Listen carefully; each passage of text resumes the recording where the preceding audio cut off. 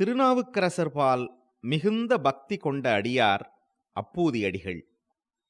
திங்களூர் என்ற தலத்தில் அவர் வசித்து வந்தார். தன் குழந்தைகளுக்கு மூத்த திருநாவுக்கரசு, இளைய திருநாவுக்கரசு என்று பெயரிட்டார். அவர் இல்லத்திற்கு திருநாவுக்கரசர் எழுந்தருளினார். அவருக்கு அமுது படைக்க மூத்த மகனை வாழை இலை அறுத்து வருமாறு வேண்டினார். அந்த குழந்தையை பாம்பு தீண்டியது. இலையை கொடுத்துவிட்டு தலையை சாய்த்தான் சிறுவன். திருநாவுக்கரசருக்கு அமுதமளிக்க வேண்டும் என்பதால் மகன் இறந்ததையும் மறைத்து அவரை உண்ண அழைத்தார்கள். உண்மையை உணர்ந்த திருநாவுக்கரசர் சிறுவனின் உடலை ஆலயத்திற்கு சுமந்து சென்று சிவபெருமானை 1, 2, 3 என்று எண் அலங்காரமாகப் பாடினார். பதிகம் பாடி முடித்ததும் சிறுவன் உயிர் பெற்று எழுந்தான்.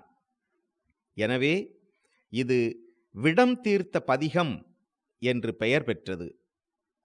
சிவபெருமானின் கைலாய மலை 1, அவர் தலையில் சூடியுள்ள மதி 1, பலி கொள்வதற்கு அவர் கைகளில் ஏந்தும் மண்டை ஓடு 1, அவர் ஏறுகிற காளை வாகனம் 1 என்பது இந்த பாடல்.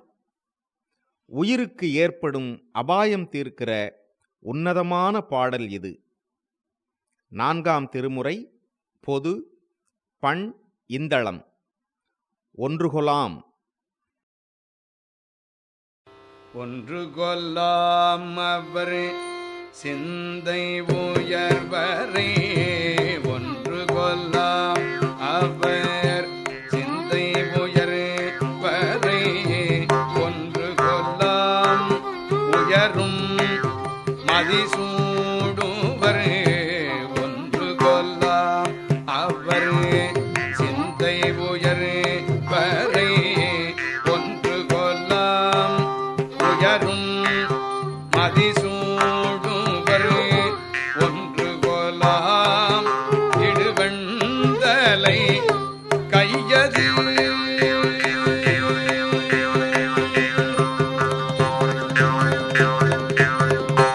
1 கொலாம் இடு வெண்தலை கையது. 1 கொலாம் அவர் ஊர்வது தானே. 1 கொல்லாம் ஈடு வெண்தலை கையது.